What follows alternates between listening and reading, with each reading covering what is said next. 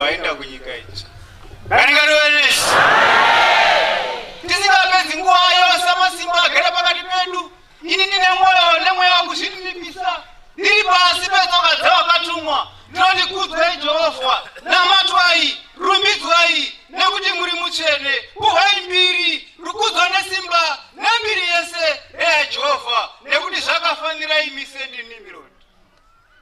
Kanigari wenesi chataura chikamu chitatu vandagara pasi.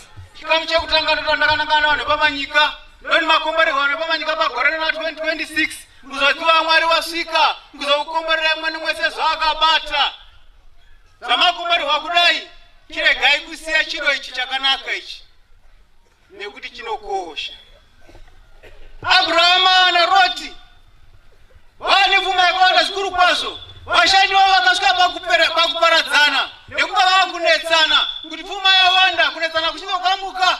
Abhurahama akaenda kuna Loti akasvika akati, Loti, zvakanaka kuti sepfuma yawanda kudai totsvaka kunofudzira makwa edu kwakasununguka. Iwo ukaenda kurudyi ini ndichaenda kuruboshwe, iwo ukaenda kuruboshwe ini ndichaenda kurudyi nekuti tiri hama, hatifani kupesana.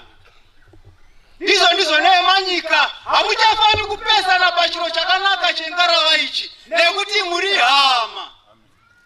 Kanigari wenesi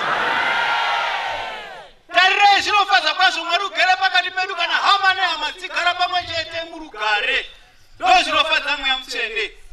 Mwari uyu ndi Mwari werugare, Mwari werunyararo, haadi nyongano, haadi kupesana. Itai chiro chimwe chete sehama nehama, mochengetedza shoko reukama nekuti muri hama, muchasangana kunyika itsva sehama nehama. Kanigari wenesi chikamu chembiri chataura nezveukuru hwomupirisiti waMwari sendinimiroti. Muvaki mukuru zvezviro kwazvo.